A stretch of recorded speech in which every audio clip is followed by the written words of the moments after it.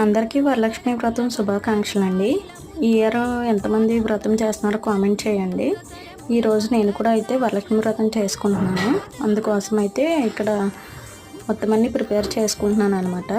ఈ వ్రతాన్ని పరమశివుడు తన సతీదేవికి స్వయంగా చెప్పి చేయించిన వ్రతం అండి. ఈ వ్రతాన్ని ఎవరైనా చేసుకోవచ్చు. మ్యారేజ్ అయిన వాళ్ళు, మ్యారేజ్ అవ్వని వాళ్ళు కూడా చేసుకోవచ్చు. అలాగే ఇక్కడ అమ్మవారి కోసం నేను శారీ అయితే తీసుకున్నాను. అమ్మవారికి చీర జాకెట్ సమర్పిస్తాం కాబట్టి చీర జాకెట్ అలాగే తాంబూలం ఇక్కడ పెట్టుకుంటున్నాను. రీసెంట్ వీడియోస్లో నా తమలపాకులు 3 పెట్టాలని చూశాను. అందుకు ఇక్కడ 3 తమలపాకులు, పసుపు కుంకుమ, వక్క, అలాగే పుష్పం మరియు ఒక కాయిన్ పెట్టి గాజులు అయితే పెట్టుకున్నాను. అలాగే ప్రసాదాలు కూడా ప్రిపేర్ చేశాను. అవి కూడా నెక్స్ట్ వీడియోలో పెడతానండి.